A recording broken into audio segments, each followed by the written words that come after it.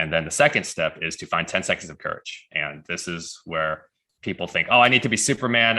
I'm not fully ready yet. And you just say, no, you just need to do enough to get the ball rolling, whether it's send that text message or pick up the phone or send that email, right?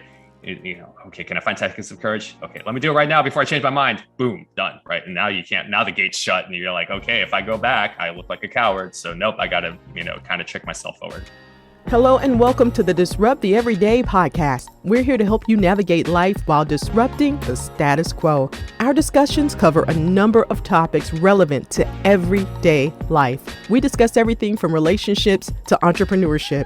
We also engage in some difficult but important conversations. And now, here are your hosts, Brian and Tanya Hamilton.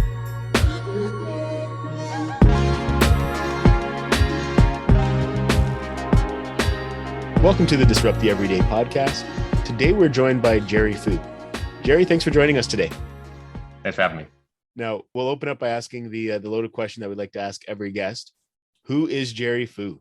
Yeah, it's like an identity crisis, really. It's like I wear so many hats, right? Where it's like some are given to me and some I've put on for myself over the years. So if I had to kind of list some of the hats that I've worn or like to wear, it is conflict resolution coach, it is pharmacist, it is cook, it is musician, it is salsa dancer, it is world traveler, it is dabbler in foreign languages, and hopefully I want to put on a husband hat at some point. So yeah, that's I'd say a pretty fair list to build on.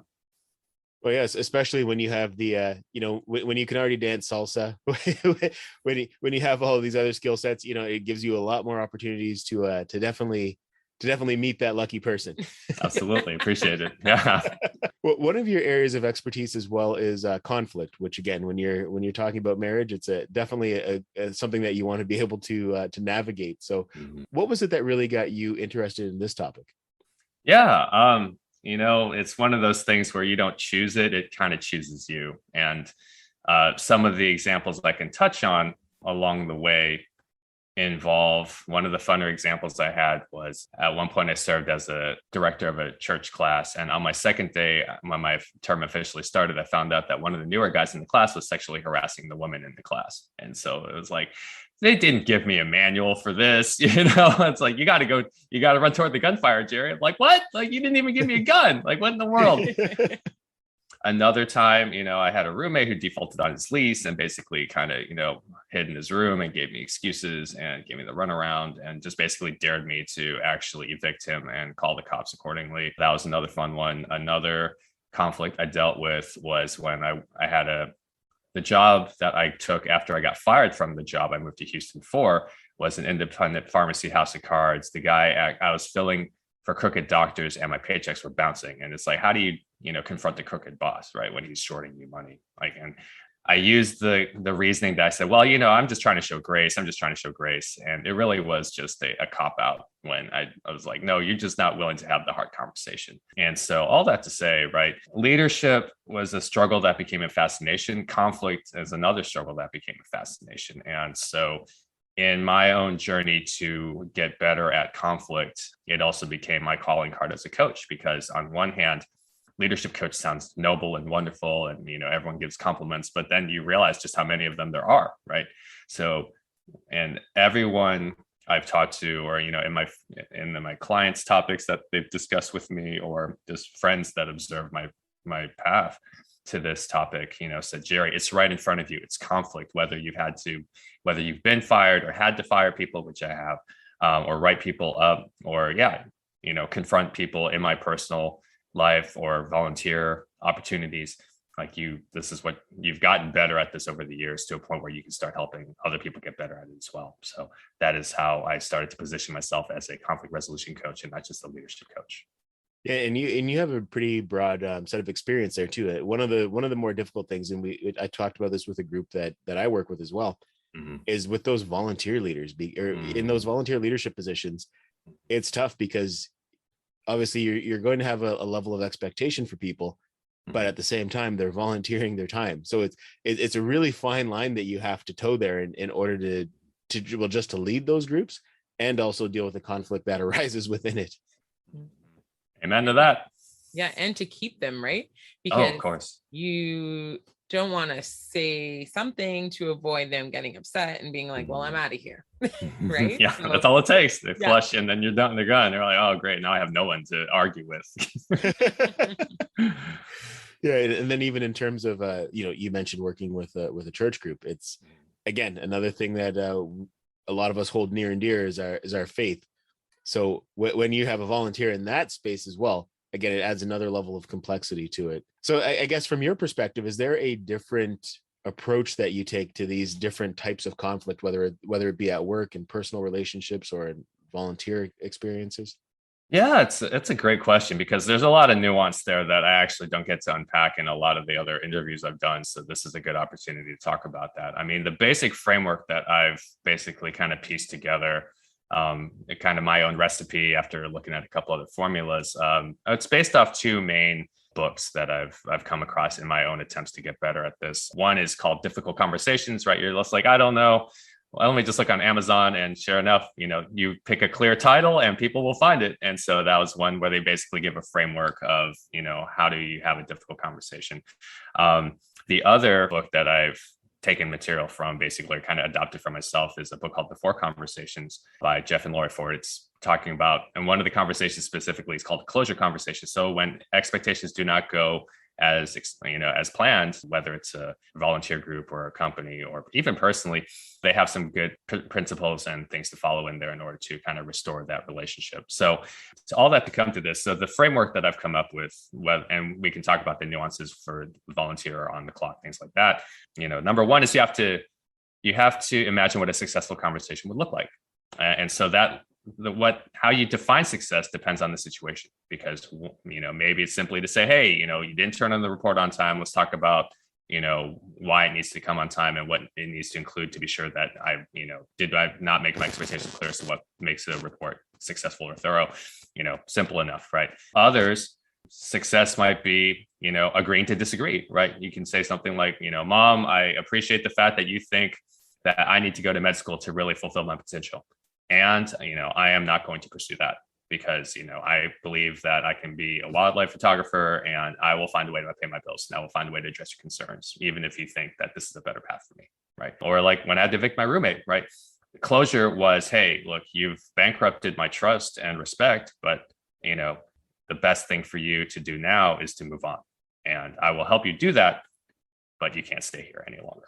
Right. And so part of it is just imagining, okay, what do I need to be sure to say to feel like, this relationship, even if, I don't trust them or I don't respect them anymore, like how can we still come to a point of agreement so that we agree what needs to happen next, right? Whether I have to fire somebody or evict somebody or dismiss somebody. And then the second step is to find 10 seconds of courage. And this is where people think, oh, I need to be Superman. I'm not fully ready yet. And you just say, no, you just need to do enough to get the ball rolling, whether it's send that text message or pick up the phone or send that email, right? Okay, can I find 10 seconds of courage? Okay, let me do it right now before I change my mind. Boom, done, right? And now you can't, now the gate's shut and you're like, okay, if I go back, I look like a coward. So nope, I got to, kind of trick myself forward. The third step I tell people, this is actually taken from, Switch by Chip and Dan Heath. They talk about scripting your critical moves, right? And so it's like, hey, let me get stronger in the dojo so that when I actually have to go fight on the street, I'm not just like thinking I'm a martial arts master, right? Like I'm actually practicing the moves and getting some muscle memory in. Fourth is to, rehearse these moves. So don't just write them down and think, okay, well, I'll remember these in the moment. It's like, okay, let me rehearse these with friends, let me make sure that I know how I'm supposed to come across with my tone and my body language, practice in the mirror, have your cues on your phone, whatever you need to do to set yourself up for that. And then step five is to actually do it, right? You're just kind of like, okay, what is my hesitation costing me? How much longer can I tolerate this? Because I can assure you that avoidance never solves your problem, right? If I put enough distance between it, I'll be okay. Nope, doesn't work as a leader, right? I have been frustrated with my tech several times and hoping that somehow they'll figure out exactly why I'm upset with them is a bad formula for success, right? Maybe you get lucky, but the chances of that, right? I mean, it doesn't work in marriage, I'm sure, right? You're just like, maybe if you loved me enough, you'd know exactly why I was upset with you right now. That might be true. Doesn't work. I was just going to say, so with the conflict, Yeah. For the person who brings it up and Mhm. to address it, I guess you could say, are they responsible for de-escalating the situation? What are your thoughts around that? Ooh, yeah, good question. So in all this, right, it's a good question because on one hand, right, part of it, and for some reason this just came to me as I was thinking about your question. There's a in the book Designing Your Work Life, they talk about when you're talking to people, engaging people, you have to consider the relative amounts of influence and authority that person has. And I guess to answer your question, right, like you might be someone with not a lot of influence or authority, and then you try to bring it up, right? And so it's like, are you responsible for de-escalating? I do believe in thinking this out loud with you that if you initiated this engagement, then you are responsible for finding a solution. I do believe that much. It doesn't mean that you're the only one that has to find the solution. That is the invitation to collaborate. And that's another principle I usually have, whether it's volunteer or otherwise. When you shift from confrontation, when you move from opposite sides of the table to the same side of the table, and you say, hey, look, this isn't about my ego, my feelings might get hurt, but that's ultimately not the biggest issue here, right? The biggest issue is that we have a problem that needs to be solved, and I need your help. I can't do my job well unless you do yours well. So how can we together make sure that this problem gets solved? And I would even love your input on measures we can take to prevent this from happening again, right?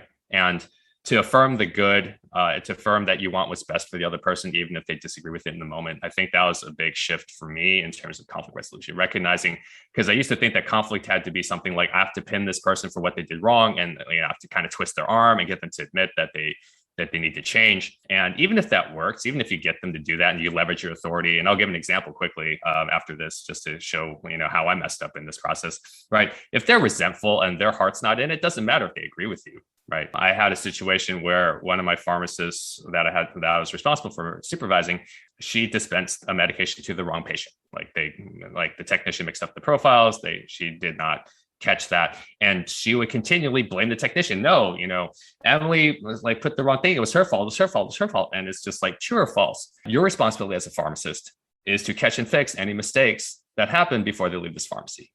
Yes? Yeah. Right. And it's like, okay. And then I would ask her, well, what are you going to do differently? Well, I just need to be more careful. And I'm like, no, I need to hear specific things. And of course, that went over terribly, right? When I'm sitting there cracking the whip and I'm insisting, hey, you're not doing enough. And she just felt like I was trying to pin her for all this stuff, when I really needed to emphasize, hey, this isn't just about you. This is for all of us, right? Liability doesn't fall on the technician. If the state board came in here today and they found out about this error, like, how is it going to look to them if you basically look helpless by saying, no, the technician should have been more careful, right? Like, how will you take ownership of the situation? So even if it's not your fault, what are you willing to do in order to step in to help prevent this, right? Because we're not necessarily pinning it all on you. That's not the point. But, patient safety is important, right? Then no one's going to refute that, right? Like, once you get to that point, and it's like what Carnegie says, right? When you say you have to ask questions where they can only say yes to, not just reluctantly, but affirming. Oh yeah. Don't you want to be a good teammate? Well, yeah. Okay. It's like, don't you want to do your part to keep errors like this from happening again? Well, no, of course. Okay. So help me out here, right? What suggestions do you have? When you start to ask them for solutions and their input in the issue, usually things de-escalate. So whether it's a volunteer situation where you say, hey, look, there seems to be some disagreements here, trust me when I say, we are teammates on the same side, help me understand how to work with you better. What do I need to do differently? And so when you start to say, hey, usually when you start off with, how can I change, right? Or how can I make what adjustments do you need to make? Usually takes the burden and it de-escalates quickly, right? Instead of just focusing on what they need to change. And you say, hey, look, I'm just trying to come alongside, right? You're not the only one that we're trying to address here. Like, I'm happy to come and make adjustments so that I'm making sure that I bring out the best in you. So when you show them, hey, look, this is for your benefit to have this conversation, usually it goes a lot better. Now, in terms of how you became someone who is really strong in dealing with conflict, was this something that came somewhat naturally to you? Like, did you already have a pretty good foundation that you built on through the different resources that you've kind of discussed here, or did you was this something that came out of necessity? Oh, definitely the latter. It's like the idea that you can. I heard a metaphor recently from a church acquaintance where he talks about how you can stand on the sidelines and watch Cam Newton play, but you won't really understand what it's like to play Cam Newton until you're out on the field, right? And so I could read all these books and have an idea. Oh yeah, in theory, this makes sense. But it's like driving, right? You can study driving, but then you get behind the wheel, and the next thing you know, you're like, oh, this is a manual. Shoot, how do I adjust this? It is very much by necessity, because part of it was my choice. Like, part of my career journey was that, I avoided conflict for the longest time. And, I avoided leadership positions for the longest time because I didn't think I could be good at it. And then when I realized that, number one, I needed to change my thinking to allow myself, what if I could be good at leadership? That was the first step to kind of changing the trajectory of my career path.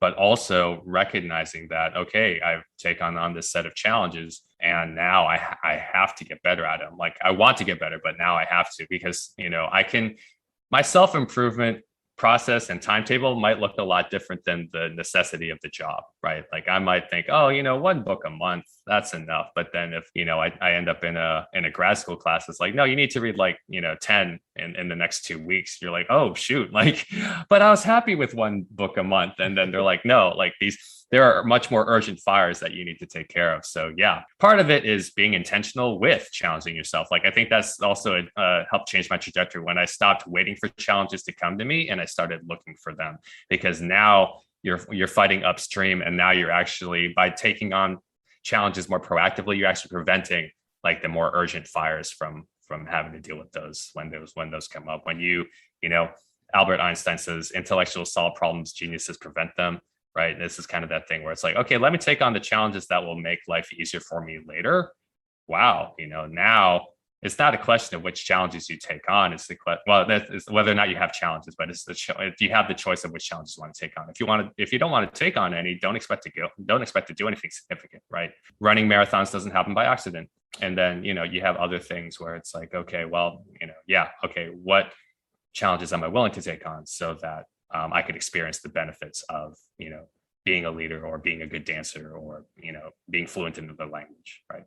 And I think challenges, dealing with conflict, those are all things that are so uncomfortable to people. And I enjoy having conversations like this because I really like to learn and from professionals, right? Because you deal with conflict every day. As a parent, you're dealing with it all the time. When you go into work, you're dealing with it, right? Like, it's just everywhere.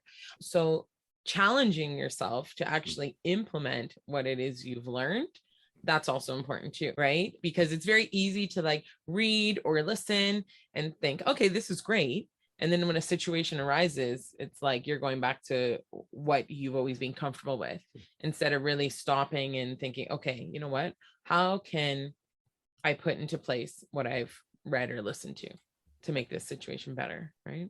Yeah, absolutely. Yeah, that was actually the diagnosis from a church friend about a year into when I moved to Houston, and I was in the middle of my shady pharmacy job, and I'm just struggling with my own adequacy and competence. And because he tells me, Jerry, you love to learn, and you love to show people how much you've learned, but you struggle with application.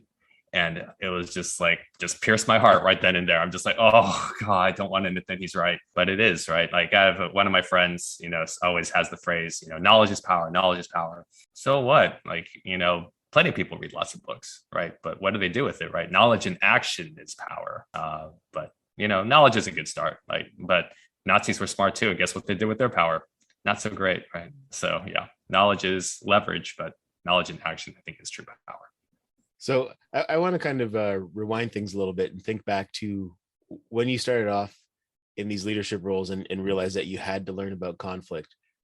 What is some advice that you would give Jerry when he was in his first leadership role, knowing what you know today? Oh yeah. Great question. If I had to go back and kind of time travel and tell myself, hey, like I'm going to save you a lot of developmental pain and delays, I would tell him, find that 10 seconds of courage, and just remind him, hey, look, you can take the easy way out as long as you understand the consequences of that, right? When a technician messes up, again, the same mistake, and you refuse to address it because you're just afraid of upsetting her, they'll get defensive, or things like that. Just understand that you can you can do that, but you really can't afford to do this. If you hate feeling resentful and frustrated and you're tired of just trying to rationalize it away, like you were taught to do, in your culture, then, use finesse and not force. I think that's maybe a catchphrase I would tell my younger self, to say, hey, look, you don't have to force anything. Just be curious, bring the issue to light, be like that. We talk about in coaching, be that powerful mirror. Like, hey, you can't avoid what's right in front of you. I'm not asking you to, I'm not condemning you for it. I just need you to address this situation. Right. And I'll give an example recently that I dealt with, just to show how far I've come in just my own maturity in terms of dealing with this. Right. So at one point, FedEx, we were shipping packages through them, and we tapered off because, we use a courier specific to pharmacy products and things. And just, we had a lot fewer headaches with them because they were special. They were focused on pharmacy, like delivery and drug delivery and stuff.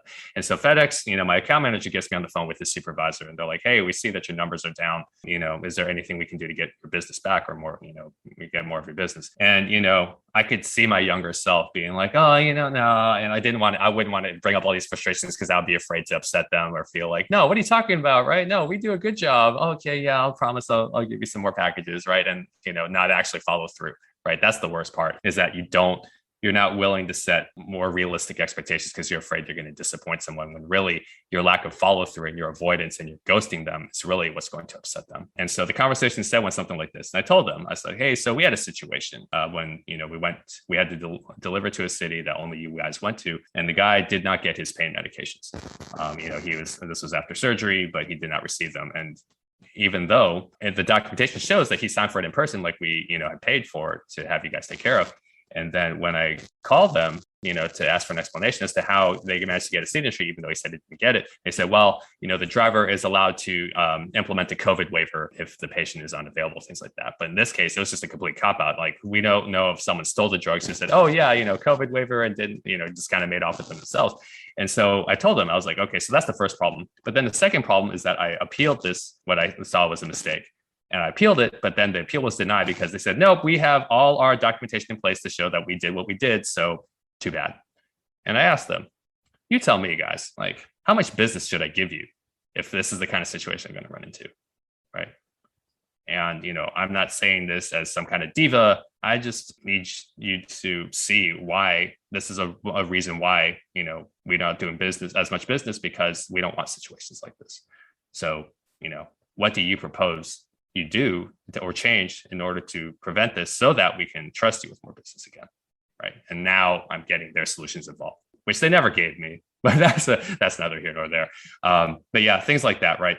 Being willing to lay out evidence to say, hey, look, these are things I'm not just fabricating. Here's some clear evidence. You don't have to agree with the interpretation of the evidence, but as a boss, I need to address these things with you. This looks bad. Right. What kind of solution do you want to start or experiment with? And so when you're trying to keep the steps small, that's another thing to do, where instead of just saying, oh, I have to repent of the whole thing, and, oh God, that's a big remediation program. It's like, no, we just need to make small changes right now. So I'm just asking you for a small change. Are you willing to do that? Yeah. Something feasible. Sure. And see where that conversation takes you, instead of being like, oh, okay, well, I'll fix it again this one time. And then it's 20 times later, just like, okay, well, I still don't want to have this conversation. So I guess I'll just burn myself out doing 2 jobs for the price of 1. So let's get application there as to how to deal with it. As a coach, how do you see people making mistakes when they're trying to address conflict?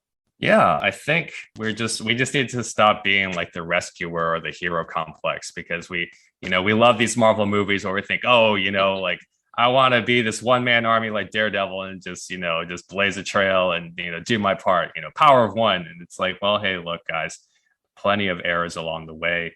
I think basically, again, you don't have to take the superhero and load up your gun with full ammo and start firing. It's more about just being curious. One thing I've learned in my own personal relationships is that the more comfortable you are with discomfort, right, you're not going to be scared. You realize, hey, this is not something, if I can't avoid this, this is my wife, right? And I can't avoid dealing with the fact that she's upset about something. Okay, no, if I care about her, or if this is an important enough relationship, let me lean into this.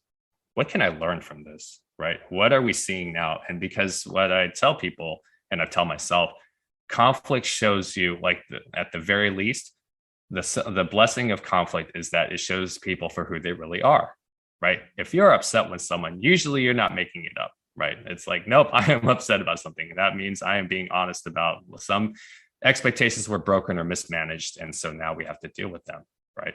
Maybe you're just in a bad mood, but that's still something you say, oh, wow, I'm in a bad mood.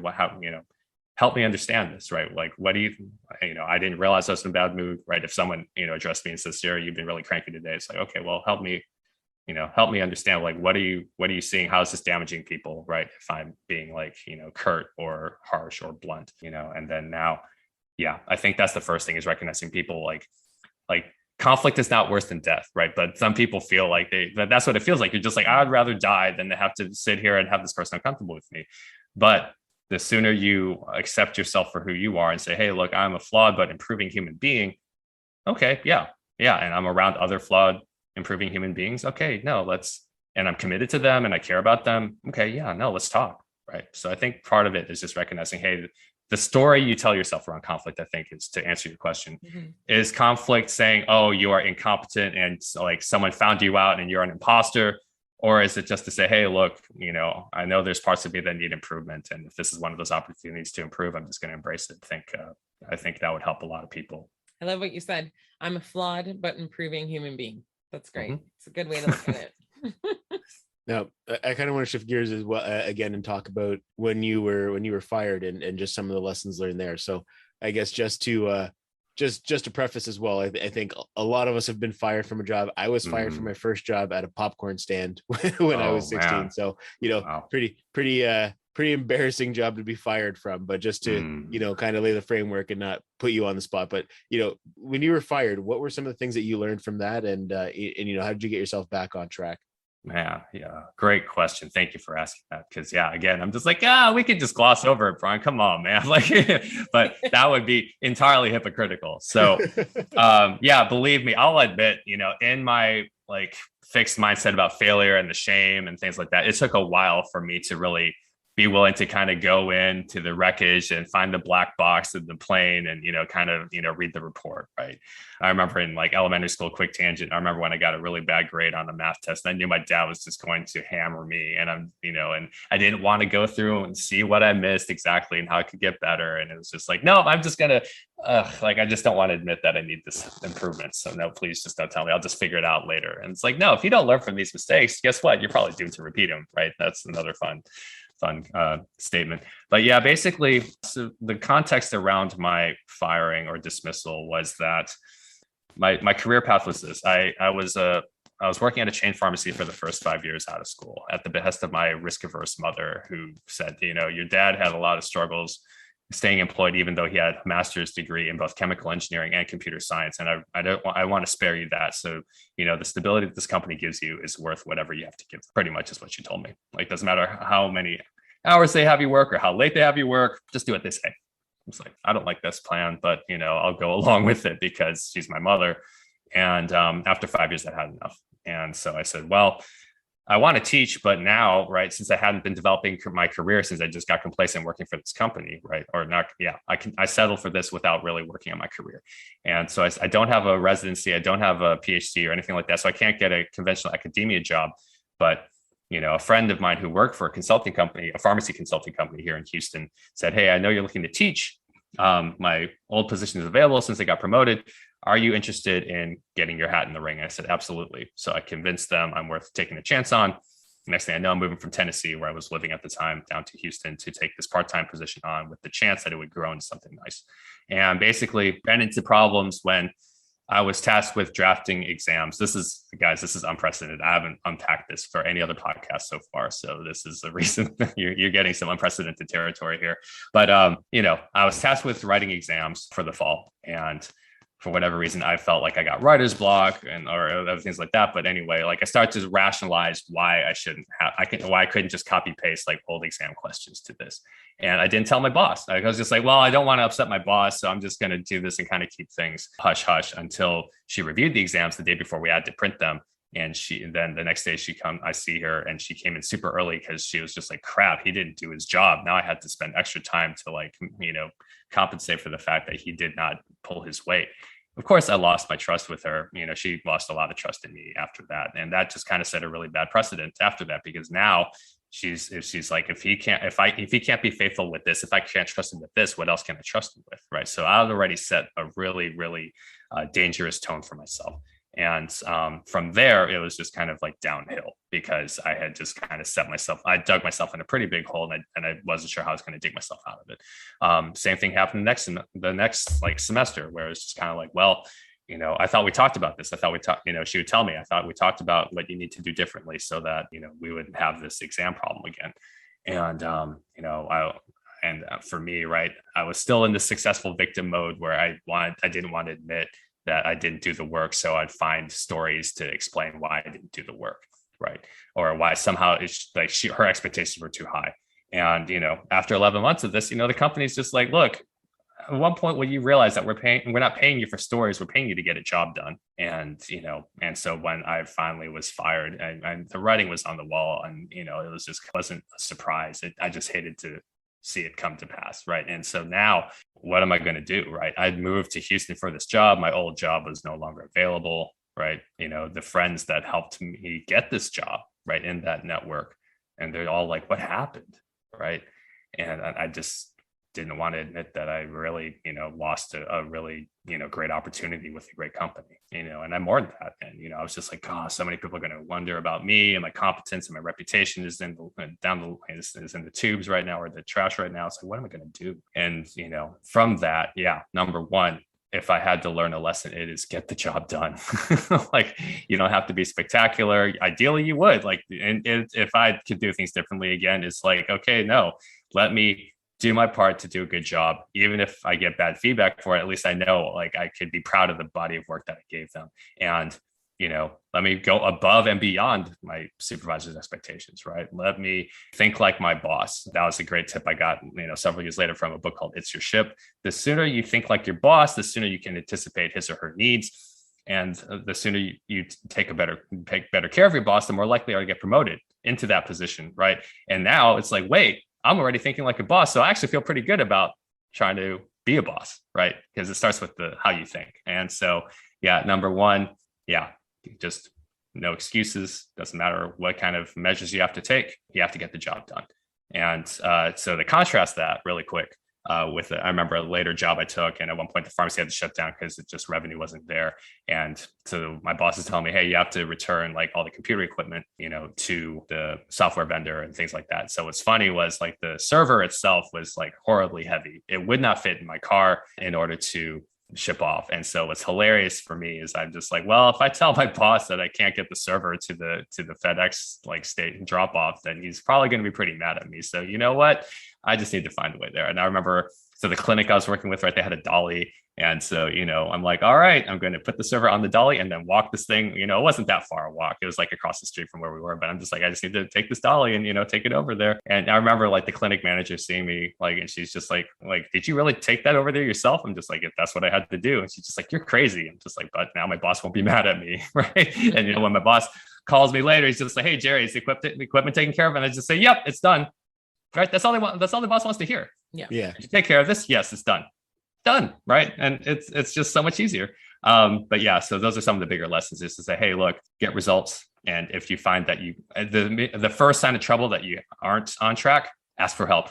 And, just quickly just to say, hey, look, boss, like this is as far, and give an inventory, right? So your boss doesn't just think you're just slacking off in your office, right? Just like, hey, give an inventory of all the work you've done. Hey, boss, I've drafted 200 questions. Can you help me figure out which ones are worth keeping, right? Or it's just like, hey, I've drafted about 50. I'm having trouble, drafting a couple more. Like, where did you suggest I look? And ask for help as soon as you realize that you're not going to make the job. And so this way, whatever you do, don't be silent and let the crap hit the fan, and then your boss finds out that you weren't pulling your weight the entire time, right? I think those are the biggest lessons I took from that firing. There you go. So I want to circle back to the trust. Yeah. You were saying, when you did what you did, your boss had lost trust. Mm-hmm. Do you believe that trust can be gained back after dealing with conflict? It took me a long time to believe that was impossible. Like, let's say your relationship's at a 10, you have a conflict, it goes down to like a 7, right? And then you're like, okay, well, we can restore it to maybe like a 9. And you're like, well, but now we can't get the 10 back. And it's like, and that's how I used to see conflict, where it's like somehow you resolve the moment, but you don't really resolve like there's still like some residual resentment at the person, just kind of, oh, like this is exhausting, I don't want to have to deal with this. But I look at the friendships that I've had that have lasted 10, 20 years or so, right? And like, what was there conflict? Yeah, there are times we disagreed about whether it's politics or like current events or immigration or other topics that there is no resolution this side of heaven, right? Like people will argue about abortion and alcohol until the cows come home, right? And I mean, it's easier for friendships because maybe the stakes are lower, where you realize, hey, you know what? Like, let's drop this. Like, it's nothing we argue about or split hairs about is worth losing this friendship over. I care about you and I enjoy being around you too much to let this happen, right? So yeah, at this point, if you are committed to somebody, I believe that it is possible to actually come out stronger from conflict. And that was a hard statement for me to admit or believe in or trust for a long time. But because at my current job, right, we've had conflicts come up, and unless we can allow for the possibility to say, hey, what would it take for us to, enjoy being around each other again? What would it take for us to regain that respect? Do I believe that's even possible?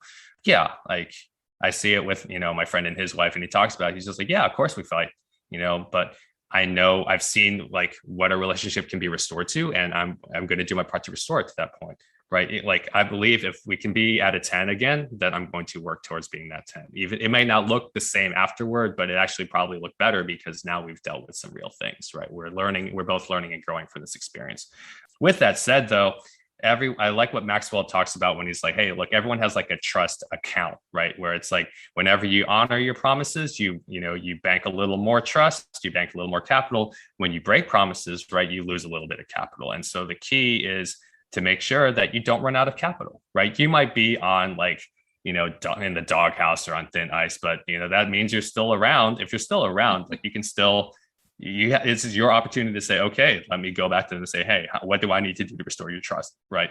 But as you've seen, right, some people play the short game and they bankrupt their trust account, and you just have to, at that point, as Maxwell says, right, you focus on the lesson, not the loss. And then you just trust that, then the next opportunity you have to build relationships, that you're going to be better at it. With this company that I got fired from, I understand, we don't send each other Christmas cards. Like we don't talk, right? I don't really, but I mean, to understand that the dismissal really was done in love, even if that wasn't their intention, right? To say the most loving thing I can do for you is to show you that your work habits and your attitude will not make for a successful business, and we therefore can't afford to keep you around. Like that is loving, right? And some people are unrepentant. Like when I had to fire a tech who, clearly was being subversive and not pulling her weight and things like that. After one of my other techs texted her to check on her, she's like, oh, I was going to quit that job anyway. I was just like, really? Like you look pretty shocked when we let you go. So if you knew that something was coming along the way that you were going to get fired, like why did you look so shocked, right? And so yeah, it's to answer your question. Yeah, it took a while for me to come around to the idea that like two people wouldn't, like, especially in marriage, right, where you wouldn't just wear each other out and just be like, oh, all right, just don't take me off and I won't take you off. And you have this detente instead of like this healthy, thriving, yes, like I look forward to waking up to this person every single day, and more so each day, because our relationship has deepened as a result of this conflict and not like broke us apart. Now, I want to kind of circle back to something that you were talking about, just because I think it's important for people to really make sure that we drive home this lesson, because I see this all the time, especially in some of the leadership roles I was in. But one of the big things is that I notice a lot of times people who don't have a certain level of responsibility, maybe a frontline employee, will often justify not doing something, by giving reasons, and they think that's good enough. But for the leader, it doesn't help that you have a good reason for not getting something done, especially when there's deadlines tied to it. And now their job has become more difficult because maybe, say, for example, they have to work the weekend now to get the work done that was expected of the employee. And I think even in your example, like you said, it was probably the most loving thing that they could do for you was letting you go. They obviously, I guess because they were expecting the exams to be done, it created some kind of tension because it wasn't like they got rid of you right away. They kept you along. So they obviously felt good about a lot of what you were doing, but it was just, that one kind of key piece was made things too difficult. Yeah, it is. And, it's when you put yourself to fight an uphill battle, like that's really just not that's a precarious position to put yourself in, right? Like ideally, maybe they start me off with, and they did start me off with like a couple of simple things just to say, hey, how does he handle this? And, in hindsight, 11 months was very generous, for the amount of rope that they gave me, in terms of it's like, well, this didn't go well, but hey, let's see how he does with a couple more things. But after the entire body of work showed that I was not getting the work done, or I was being passive, or I wasn't, part of it, again, part of my conflict aversion was just like, well, this company is better than what I can do. Like, I don't have a lot of experience in this consulting arena, things like that for these topics. So, I don't want to change anything. When they said, no, the opposite is true. Like, we're counting on you to like look at things and not settle for the status quo and say, how can this be better? How can we make this easier? Right. That's how you add value to an organization. And it took me a long time to realize, no, like the company will always reward people who act in the company's interests, who meet the company's needs. Like the company can afford to be selfish, because if you do not meet the company's needs, the company dies. And people forget that. They're like, it's like for the Office Space line that Ron Livingston said. He's like, look, if I ship off another 10 units, I don't see another dime. So why should I even bother? Right. When really, right, you look at what's an organization that has integrity from like top to bottom, right? Like Chick-fil-A or something like that, right? Where the cashiers are working just as hard as the CEO, right? And the CEO isn't just sitting back and collecting this money and just living like this lifestyle, right? Like one CEO line I love is when one of my former presidents like talked about, he's just like, like around Christmas time, he goes, people think they're working for me. Really, I'd make the case that I'm working for you, right? Like I didn't build this company just to, the leaders and the people who do the hard work of building the infrastructure probably should get the big piece of chicken, right? But it's not that they just keep it for themselves. Like this is a blanket blessing for everybody involved in the organization. And the sooner that everyone recognizes, hey, look, I'm doing my part to put a man on the moon, even if like all I'm doing is cleaning the floors that the engineers can in the engineering lab. But that still counts, right? Because if you're not keeping the lab clean, then engineers can't do their work, and there's just this really a nasty cascade. But like some companies do it better than others. Like obviously, I'm going to out FedEx because I'm just like, no, if the delivery guys just if they're not paid enough to care, like good luck, right? And they're not the only ones that we've had problems with, but that in that particular example, so yeah, I do believe like the sooner you show like everybody in the organization that you care about their well-being, and you're just like, hey, look, we're not just demanding work of you and just using you for your skills. Like we want to provide an environment where you're excited to come to work and have a high quality of life as a result of, what we're doing, and that you can share in the company's successes when you do your part. Like, you get an extra bonus or something like that because you went above and beyond. Yeah, we want to reward that. Right. Now, and this is slightly off topic, but I'm curious, what was it that really piqued your interest in salsa dancing? Because it seems like there's something that was that you have a kind of a strong love for.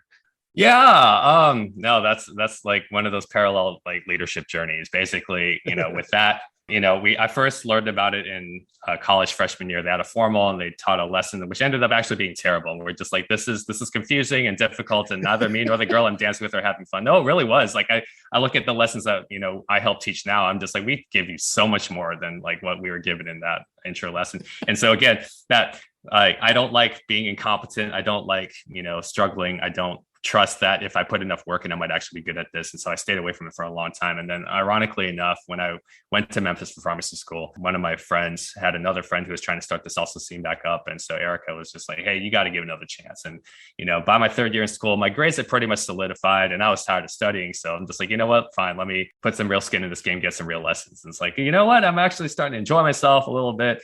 And then I graduate, I moved to a city in Tennessee where my family is, but there's no salsa dancing. There was swing dancing, but at that point I'd moved on I really wanted to focus on salsa. And so I went through this really bad mental like loop of like lack of confidence and rust. And, I'll try it again. And then I get a glimmer. I get good at it just enough to like, want to do it again, and then circle back into rust and lack of confidence. And so it just stayed dormant like this for a long time until I moved to Houston. But even when I moved to Houston, most of the friends I initially made my second go round in Houston, because I was here for undergrad, all were two-steppers. Like they were into country dancing, but not salsa. And so I was like, okay, well, I guess I got to get good at this. And so at one point, I did, and I was hooked on it for a while. But then what got me back into salsa for good was I remember a Venezuelan friend about 7 years ago. It was like, hey, there's a free salsa event downtown. Come join us. And I do. And I tell you guys, all it took was one really hot blonde who was a really skilled hot blonde, and I'm like, I have to dance with her. And I was like, I have to bring my A game when I dance with her. And so I danced with her, and I'm like locked in that flow state that Cheek Sent Me High talks about, where it's like skill and challenge, and you're just like, I got to do this. And then after we finished, and I just said to myself, why did I stay away from this for so long? Just because I was afraid I didn't know enough moves, or I just went blank on a dance floor. And now I'm like, nope, I'm back. And it's just been a part of my life ever since. And it's been so fun because like me and my other dancer friends, we've taken it in so many different directions, where at one point we were raising money and awareness for like nonprofits that we cared about through dance lessons. Like we're like, hey, we'll teach a lesson, you book a venue, just give us like a 10% cut of like, total earnings, net earnings, and we're good. Right. And so now everybody wins because they get a quality dance lesson, you get a platform for visibility, and we just get to share our love and to help other people, enjoy dancing as much as we do. And it's unlocked a network of fun, active musical people that are creative. And, it's not that dance community is perfect. I've met a lot of snooty dancers. I just, convincing Hispanic women I know how to dance, also an uphill battle, right? And it's don't have time for that in this episode. Maybe we do a part 2.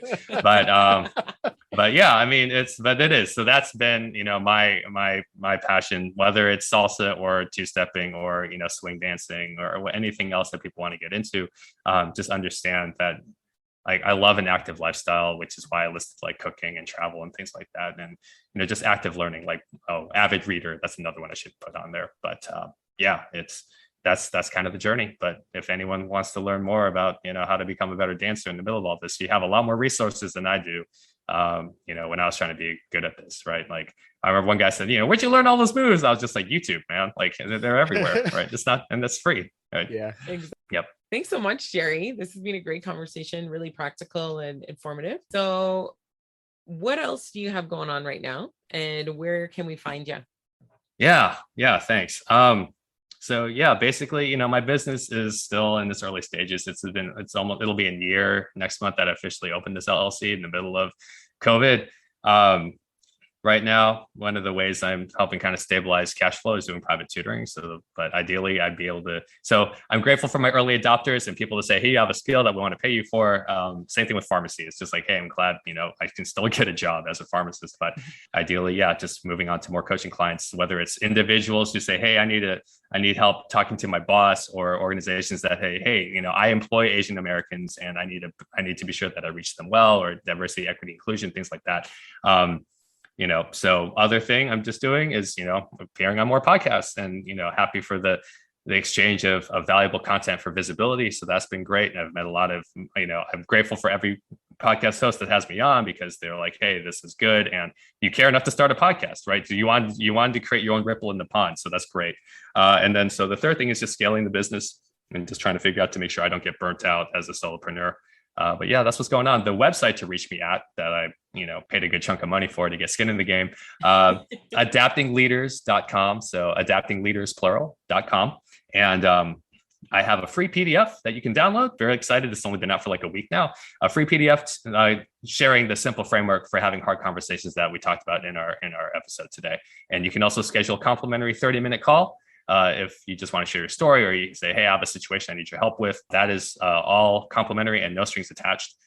Happy to do that for you. If you want to hire me for a coaching session, whether with yourself or an organization, happy to talk about that. But yeah, at the very least, enjoy the book blog that I have where I summarize, useful leadership literature, enjoy the PDF, enjoy the 30-minute phone call. So start with that. Perfect. Awesome. Thank you so much for taking the time today, Jerry. We appreciate it. And yeah, this was a great conversation that will help a lot of people. Awesome, guys. Thanks for having me on. And yeah, we'll hopefully be in touch down the road. Thanks for listening to the Disrupt the Everyday podcast. For more ways to listen, connect with us on social media. To be a guest or to partner with us, check out our link tree at Disrupt the Everyday. Join us next time for more ways to disrupt the everyday.